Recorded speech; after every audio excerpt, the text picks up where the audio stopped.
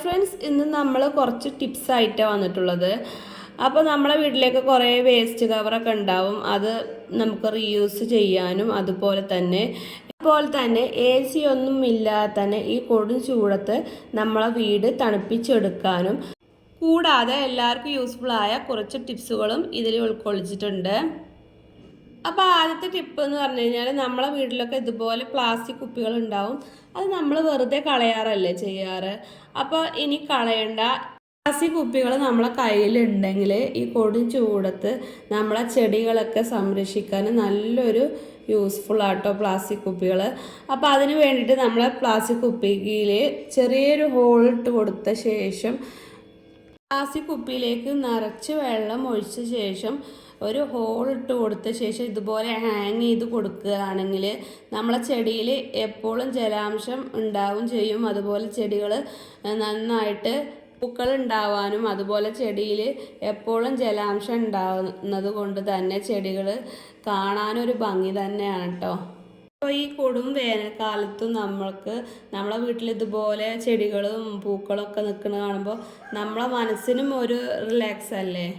അപ്പോൾ നമ്മൾ വെറുതെ കളയുന്ന ഈ കുപ്പി വെച്ചിട്ട് ഈ കൊടും വേനൽക്കാലത്ത് നമുക്ക് ഇതുപോലെ തന്നെ നമ്മളെ ചെടികൾ എപ്പോഴും നല്ല പച്ചപ്പിൽ തന്നെ നിൽക്കാനൊക്കെ നമുക്ക് സഹായിക്കും കേട്ടോ. അപ്പോൾ എല്ലാവരും കുപ്പി വെച്ചിട്ട് ഇതുപോലെ ഒന്ന് ചെയ്ത് നോക്കുന്നുണ്ട് കേട്ടോ. ഈ അടുത്ത ടിപ്സ് എന്ന് പറഞ്ഞാൽ ചിരവൊന്നുമില്ലാതെ തേങ്ങ എങ്ങനെ ചിരവെടുക്കാമെന്നാണ്. നടുവേദന ഉള്ളവർക്കൊക്കെ നല്ല യൂസ്ഫുൾ ആവുന്ന ഒരു ടിപ്സാട്ടോ അത്. നമുക്ക് എത്രത്തോളം തേങ്ങ വേണം അതിനനുസരിച്ച് നമ്മൾ തേങ്ങ എടുക്കാം കേട്ടോ. ഞാനിത് അവിടെ തേങ്ങയുടെ ഒരു മുറി എടുത്തിട്ടുള്ളത്. അത് നമ്മളിതാ ഇതുപോലെ ഫ്രീസറിൽ കൊണ്ടുപോയി വെക്കുകയാണ്. ആ ഫ്രീസറിൽ കൊണ്ടുപോയി വെച്ചിട്ട് ഒരു മണിക്കൂർ കഴിഞ്ഞ ശേഷം തേങ്ങയുടെ ഈ മുറി എടുത്തിട്ട് നോക്കുമ്പോൾ ഇതിൻ്റെ സൈഡുകൾ അടർന്ന് പോന്നിട്ടുണ്ടാവും കേട്ടോ. അപ്പോൾ ആ അടർന്ന് വന്നിട്ടുള്ള തേങ്ങ നമ്മൾ കത്തി വെച്ചിട്ട് നമ്മൾ കട്ട് ചെയ്തെടുക്കുകയാണ്. അപ്പോൾ ഇങ്ങനെ അടർന്ന് പോകുന്നത് കൊണ്ട് തന്നെ ഇത് എടുക്കാനും ഈസി ആട്ടോ, പെട്ടെന്ന് പോന്ന് കിട്ടും. അപ്പോൾ ഞാനിത് എടുത്തിട്ട് കാണിച്ചു തരാം കേട്ടോ.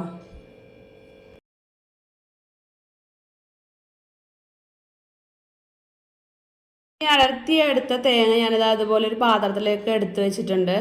അപ്പോൾ അതിൻ്റെ ബാക്കിലുണ്ടാവൂലേ ഈ ബ്രൗൺ കളറുള്ള ഭാഗം നമ്മൾ മാറ്റി കൊടുക്കണം കേട്ടോ. അപ്പോൾ ഞാനിതാ ഇതിൻ്റെ ബ്രൗൺ കളറുള്ള ഭാഗം ഞാനിതായി കത്തി വെച്ചിട്ട് കളഞ്ഞു കൊടുക്കുകയാണ്. മുഴുവനും ഞാനിതാ ബ്രൗൺ കളറൊക്കെ കളഞ്ഞെടുത്തിട്ടുണ്ട്. ഇനി ഞാനിതാ മിക്സിയുടെ ജാറിലേക്ക് ഇത് കട്ട് ചെയ്തിട്ട് കൊടുക്കുകയാണ്. മിക്സിയുടെ ജാറിലേക്ക് ഞാൻ മുഴുവൻ കട്ട് ചെയ്ത് ഇട്ട് കൊടുത്ത ശേഷം ഇതൊന്ന് അരച്ചെടുക്കുകയാണ്. അപ്പോൾ ഒട്ടും വെള്ളം ചേർക്കാതെ വേണം ഇത് അരച്ചെടുക്കാൻ. അപ്പോൾ അങ്ങനെ അരച്ചെടുക്കുകയാണെങ്കിൽ നമുക്ക് നമ്മൾ ഉപ്പേരിയിലൊക്കെ ഇടൂലേ തേങ്ങ, അങ്ങനെയൊക്കെ ഇടാം കേട്ടോ. അത് ഈ രീതിയിൽ നമ്മൾ തേങ്ങ ഉണ്ടാക്കിയെടുക്കുകയാണെങ്കിൽ നമുക്ക് പെട്ടെന്ന് റെഡിയാക്കി എടുക്കാം തേങ്ങ ചിരവിയത്. ടിപ്സ് എന്ന് പറഞ്ഞു കഴിഞ്ഞാൽ നമ്മൾ പല്ല് തേക്കാൻ ഉപയോഗിക്കുന്ന പേസ്റ്റ് കൊണ്ട് പല്ല് തേക്കാൻ മാത്രമല്ല കേട്ടോ, ഇതുപോലെ കറകളൊക്കെ കളയാൻ, സ്വിച്ച് ബോർഡത്തെ കറകളൊക്കെ കളയാൻ എളുപ്പമാണ്. നനഞ്ഞ തുണി എടുത്ത ശേഷം ഇതുപോലെ കുറച്ച് കോൾഗേറ്റ് ആക്കിയ ശേഷം ഇതുപോലെ തുടച്ചെടുക്കുകയാണെങ്കിൽ എത്ര കറ പിടിച്ച സ്വിച്ച് ബോർഡും നല്ല ക്ലീനായി കിട്ടും കേട്ടോ. അപ്പോൾ എല്ലാവരും ഇതൊന്ന് ട്രൈ ചെയ്ത് നോക്കണം കേട്ടോ. അപ്പോൾ ഞാനിത് അത് ലൈവായി കാണിച്ചു തരികയാണ്. അപ്പോൾ ഞാൻ കോൾഗേറ്റ് ഈ തുണിയിലാക്കുന്ന വീഡിയോ എടുത്തതായിരുന്നു, അത് എൻ്റെ അടുത്ത് മിസ്സായി പോയതാട്ടോ. അപ്പോൾ കണ്ടോ, ഒക്കെ ക്ലീൻ ആക്കിയിട്ട് ഞാൻ കാണിച്ചു തരാം കേട്ടോ. എത്രത്തോളം ക്ലീൻ ആയിട്ടുണ്ടെന്ന് നിങ്ങൾക്ക് വീഡിയോ കണ്ടാൽ തന്നെ മനസ്സിലാവും. അധികം ഉരച്ച് തുടക്കേണ്ട ആവശ്യമൊന്നുമില്ല, ഒറ്റ പ്രാവശ്യം തുടച്ചാൽ തന്നെ നല്ല ക്ലീനായി കിട്ടുന്നുണ്ട്. അപ്പോൾ എല്ലാവരും ഇതൊന്ന് ട്രൈ ചെയ്തിട്ട് കമൻറ്റ് ചെയ്യാൻ മറക്കരുത് കേട്ടോ. ടിപ്സ് എന്ന് പറഞ്ഞാൽ നമ്മളെ വീട്ടിലൊക്കെ നമ്മളിതുപോലെ പ്ലാസ്റ്റിക് കവറുകൾ കളയാറുണ്ട്. അപ്പോൾ ആ പ്ലാസ്റ്റിക് കവർ വെച്ചിട്ട് നമ്മളെ വീടൊക്കെ നന്നായിട്ട് തണുപ്പിച്ചെടുക്കാനുള്ള ടിപ്സാട്ടോ. ഇനി നമ്മൾ ഈ പ്ലാസ്റ്റിക് കവറിലേക്ക് ഇതുപോലെ വെള്ളം ഒഴിച്ചു കൊടുക്കുക. അപ്പോൾ പ്ലാസ്റ്റിക് കവർ നിറച്ച് വെക്കരുത്, ഒരു 3/4 ഭാഗം ആക്കി വെച്ച ശേഷം ഇതുപോലെ ഒരു സ്റ്റീൽ പാത്രത്തിലേക്ക് വെച്ച് കൊടുക്കുക. അപ്പോൾ നമ്മൾ ആ സ്റ്റീൽ പാത്രത്തിൽ വെച്ച് കൊടുക്കുന്ന സമയത്ത് ആ സ്റ്റീൽ പാത്രത്തിലേക്ക് കുറച്ച് വെള്ളം ഒഴിച്ചു കൊടുത്തിട്ട് വേണം കേട്ടോ അത് വെച്ച് കൊടുക്കാൻ. അപ്പോൾ ഇതങ്ങനെ വെച്ച് കൊടുത്ത ശേഷം നമ്മളത് ഫ്രീസറിലേക്ക് വെച്ച് കൊടുക്കുകയാണ്.